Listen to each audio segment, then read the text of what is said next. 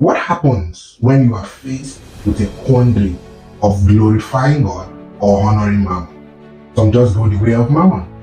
I have seen God's children who started with Him deviate, and the reason they deviate is none other than mammon. Pursuing money makes you think about only personal prosperity when what you should be focused on is collective prosperity. If our focus is on only personal prosperity, we stand the risk of falling to mammon. Hi, welcome to Rediscovered in Christ. It is always a pleasure to have you join me. Do not take the time you spend with me for granted. Thank you. Merry Christmas in advance. Remember, Jesus, the Christ, is the reason for the season.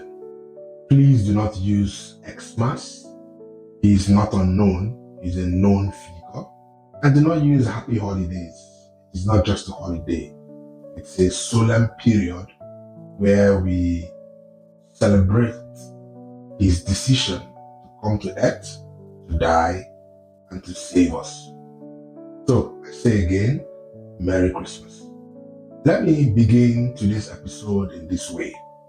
It is not enough to find purpose.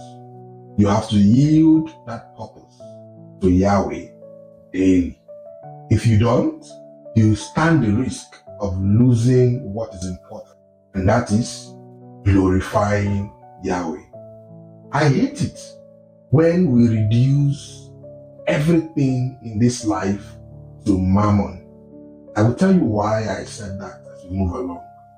What happens when you are faced with a quandary of glorifying God or honoring mammon? Some just go the way of mammon. I have seen God's children who started with Him deviate, and the reason they deviate is none other than mammon. What is this craze about money? How much of it can you spend in a lifetime? Why devote the entirety of you to looking for money? Don't get me wrong, it is important, but it is not the essence of a man. Pursuing money makes you think about only personal prosperity when what you should be focused on is collective prosperity. If our focus is on only personal prosperity, we stand the risk of falling to mammon. Let me tell you another story. In the 90s, in a certain African country, a group of young children, barely children, babies, came down with an ailment. While they went to the hospital for treatment, a group of people, powerful people, approved the use of an experimental drug that had no approval in the country as at then on those children. They did not tell the parents or the caregivers of those children the side effects. And when they were done with the experiment, they lost some of the children, and those that remained alive are vegetables. They cannot carry on the activities of life by themselves. They still need help, even though they are way in their 30s. What a sad story. I want to point out the following. Did the people who approved this experimental drug to be administered on those vulnerable children think of personal or collective prosperity when they took that decision?